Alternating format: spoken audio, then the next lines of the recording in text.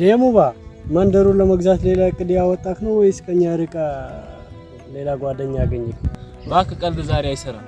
ምን ሆኖ ከኛ 2 ቀን ሙሉ የራከው? አንዳንዴ ሰው ሲበዛበት ይከብዳል። ደሙባ ቆይ ለምን ትደብቅናለህ? እኛ ጓደኞች አይደለንም? ስራ የለኝም፣ ገንዘብ የለኝም። አባቴ የተበደረውን ብር ካልከፈልክ ብሎ ያስጨነቀኝ ነው። እኛው እኮ 3 ሰዎች ነን። ያንተ ብቻ አይደለም ችግር። እናንተ ምን ማድረግ ትችላላችሁ? መጀመሪያ ከርሰን እንምላ። ባዶ ሆድ እኮ መፍትሄ ያመጣል። ከነገ ጀምሮ ማንኛውንም ስራ አብረን እንሰራለን። የትኛውንም ስራ አንፈራም። እንደናንተ አይነት ጥሩ ጓደኛ ማግኘት በራሱ ተስፋ ነው። ሙባሪክ